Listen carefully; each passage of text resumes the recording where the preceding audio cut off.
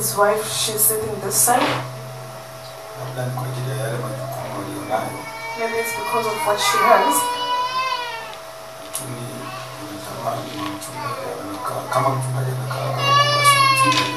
But I wish for her to be sitting beside the pastor.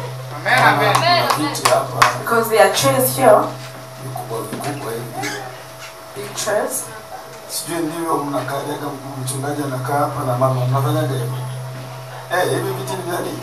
What are those chairs for? What are those chairs for?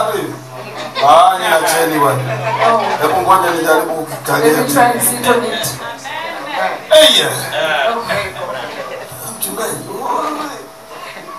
yote unaiacha hapa vipi? Baba tunaangalia tu. Jamani, haleluya.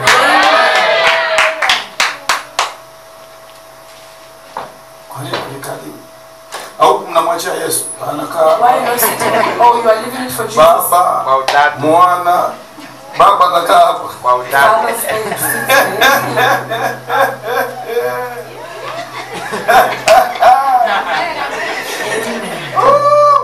Hallelujah. Amen. If you sit on this one, does it break? It's fine. Shall I stand? They have put in a stand over there. You know, there in my church, I have chairs that men of God sits on them. And there's other chairs for the pastor and the wife to sit on.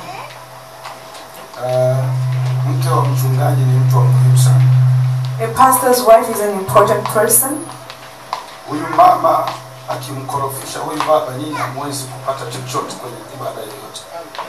If she irritates the pastor, you can't get anything in any service.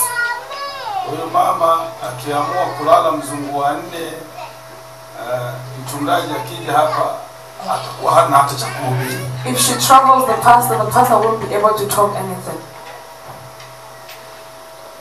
The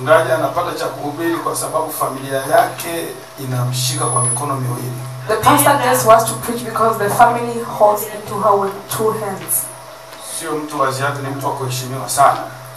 She's an important person, she deserves to be respected.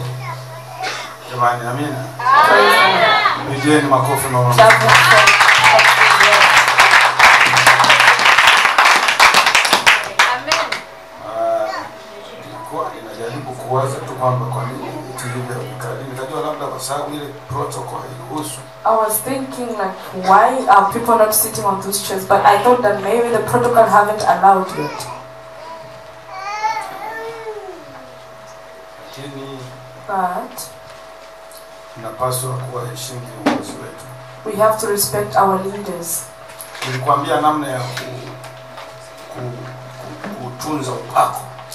I've told you how to keep the holiness. When you respect the holiness, it's when it saves you.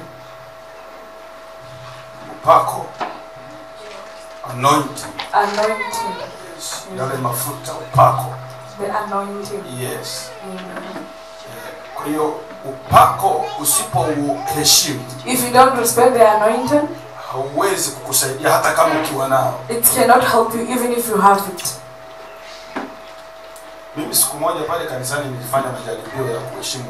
One day in my church, I tried to respect the anointing. I had a congress of the gospel. Yes,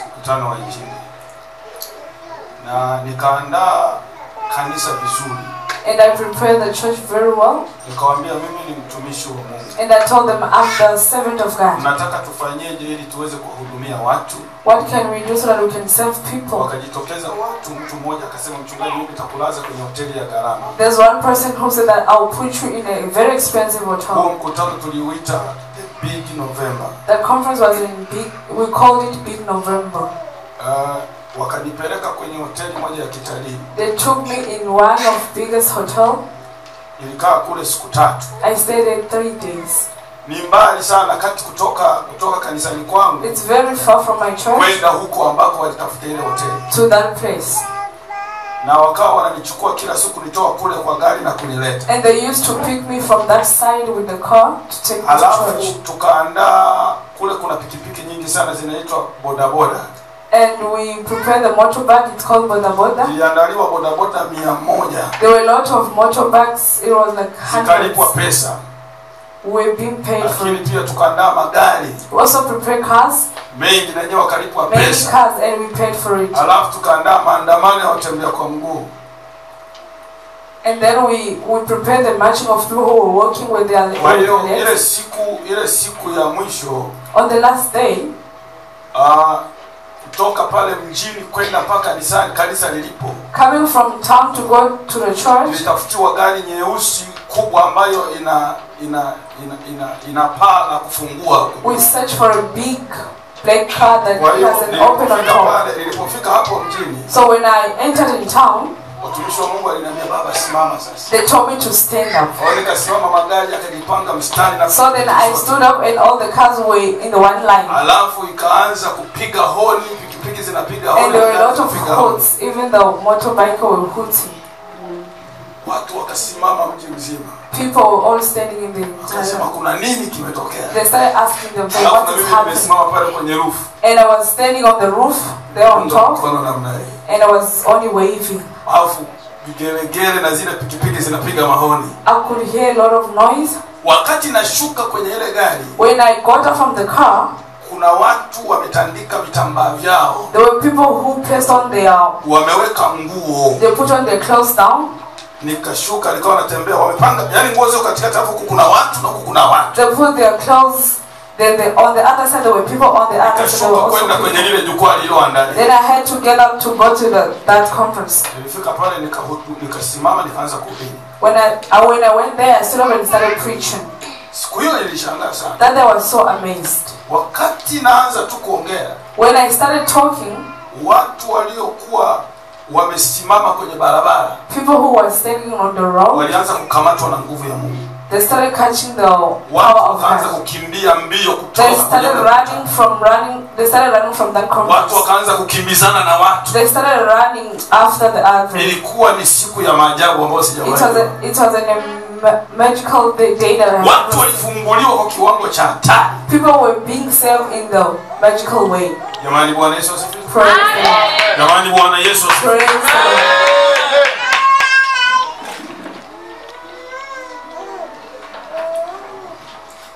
Unaposhindwa kuheshimu upako, When you don't value the ule anointing, upako hauwezi kukusaidia. that anointing cannot help you.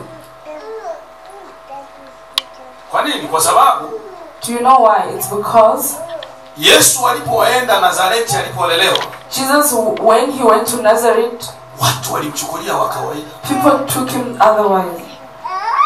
Wa kawaida tu. Just a simple person. Si amezaliwa hapa? Because he was born here. Ni wa hapa hapa? He's from here. Mama yake tunamjua. We know his mother. Baba yake We tunamjua. know his father.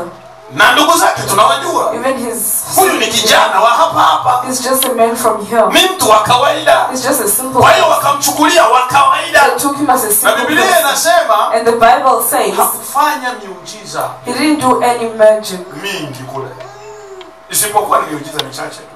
He just did the little. Ukiendelea kusoma pale chini nasema kwa If you sababu continue hawakuamini, there, it's because they didn't believe in kwa him. sababu hakutoa heshima inayostahili katika ule utumishi wake. Because they didn't respect him in Kwa his hiyo service. kiongozi wa kiroho hata kama ana mafuta kiwango gani, The leader who unapomchukulia kawaida, If you take hakuna him muujiza wote wa kiroho utakao kuja kwako. there is nothing that will going to happen to you.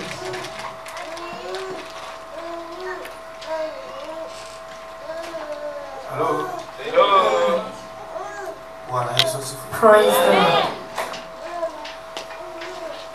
Sasa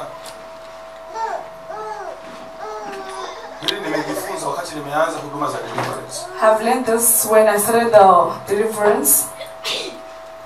Nimejifunza nikajua hiyo siri. I've learned this and I found out about this secret. Bwana Yesu asifiwe. Praise the Lord. Nisikilizeni vizuri. Listen carefully. wakati Naamani anakwenda kutafuta uponyaji kule Israeli, the time Naaman went to look for alipelekwa mpaka kwa Elisha. He was took to Elijah. Alipofika kwa Elisha, when he got there, Elisha akampa maelekezo. Elijah gave him instructions. Akamwambia mwambieni aende akajichovye kwenye mto Yordani mara 7. Told him that you should tell him to go to in the water 3 times. Lakini yeye hakulipokea lile neno kama limetoka kwenye kinywa cha Mungu. But he didn't receive that word as they were coming from the mouth of alichukua ni neno la kawaida la mtu. He just took it as a simple word. Kwanza alidharau hayo maelekezo. He didn't respect those instructions. Akasema mimi ni jemedari wa jeshi la Sham. It was like, I'm the mighty. Nimekuja kwake wala hajatoka kuja kuniangalia. I came to his house, but he didn't come to visit me. But then he sent people to tell me that I should go into water. I cannot do that. Therefore he left. Lakini kuna watu wa karibu ambao wakamsihi wasaidizi wake. But then there were close people who actually pleased him. Wakamwambia, kwani kama ungeambiwa kutoa hela nyingi usingetoa? They asked him, if you were being told to give a lot of money, were you not going to give it? So this is not a small thing that you are being told to go into the water. You should just respect those instructions. When he went there, did he get saved or he didn't get saved?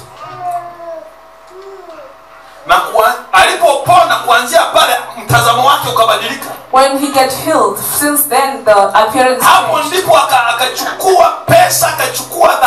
That's when he took money, diamonds. Then he went to give it to him. But Elijah refused. Do you know why? Because at the first place he didn't respect. And then he got to respect God, and God has shown him miracle. So that he told him that I'm not accepting the offering. He wanted to tell him that you mustn't disrespect the man of God. Whatever he says, even if you are usual to him, but he's not a normal person, you should respect the anointing power that is in him. Praise the Lord.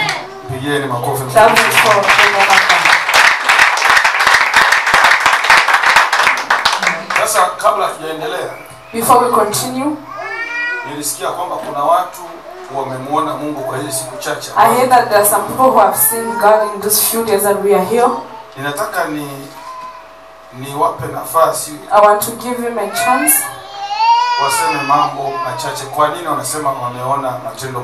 To say a few words why they are saying that they have seen the hands of God. And I don't know if they are here. I would love to give him a chance. Please stand up and tell us what God has done for you. You should testify. I haven't known their names, but they have been told that they are here. Please come forward and stand here.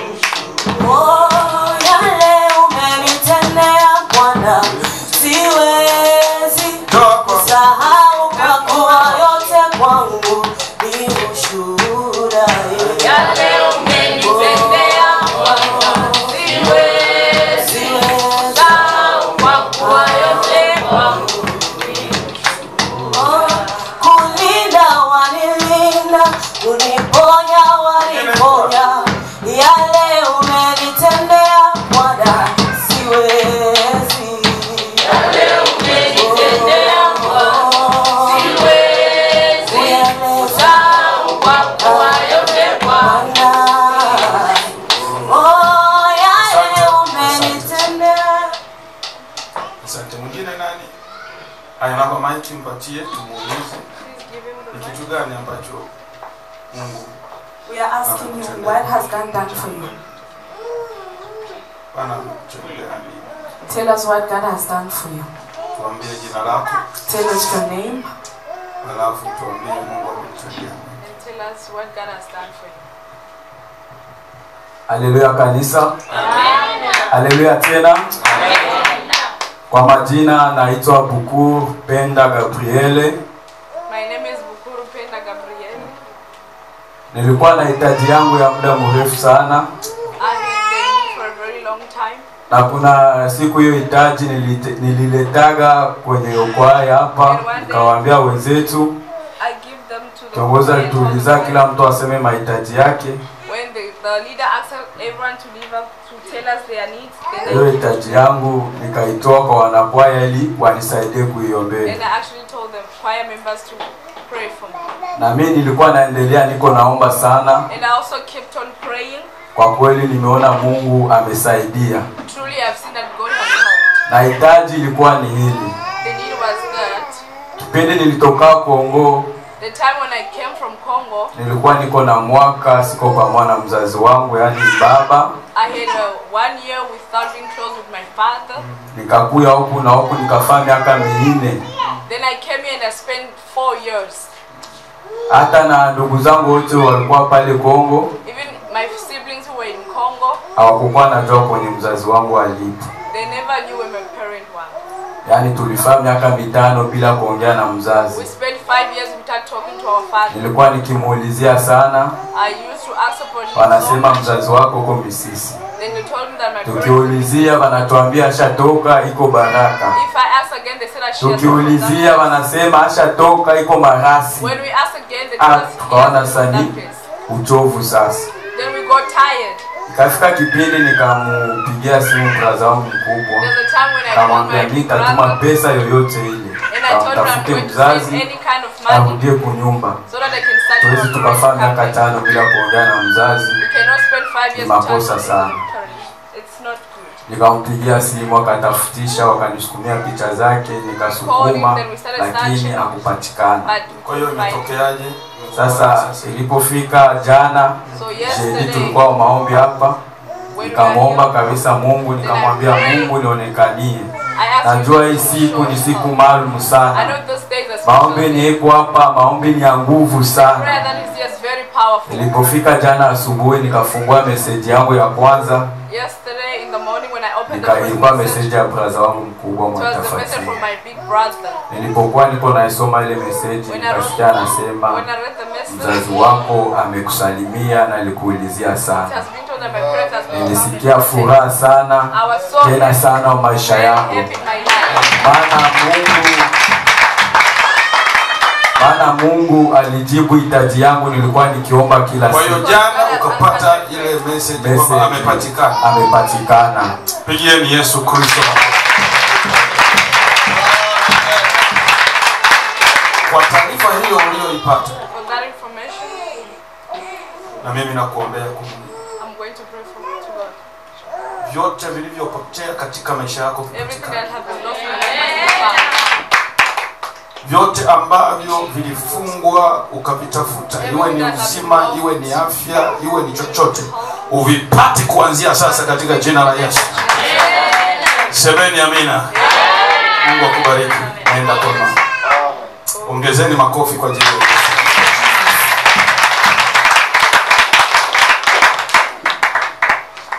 Na mambo machache ya kuongea kwa ajili ya kanisa letu. Have few words to speak. Nilifundisha kuhusiana na namna ya kumtunza mchungaji. I've preached in how to maintain the pastor. Na tulitengeneza utaratibu namna ya kuhudumia akiwa nyumbani kwake na akiwa kwenye kanisa. And we actually came with a plan of how to maintain the pastor and treat him. Haya mambo sio ya mchungaji kuyafanya yeye. It's not about the pastor to be doing it. Wanapaswa watu fulani waone halafu wafanye. But there's some people that you're supposed to see them so that they can do those things. Pale kanisani kwetu mimi nimetengenezwa utaratibu na kanisa lote. In my church there's been an arrangement. Waliniambia mchungaji, they told me, pastor, mtu ambaye atakuwa pamoja na we give you a person who's going to be together with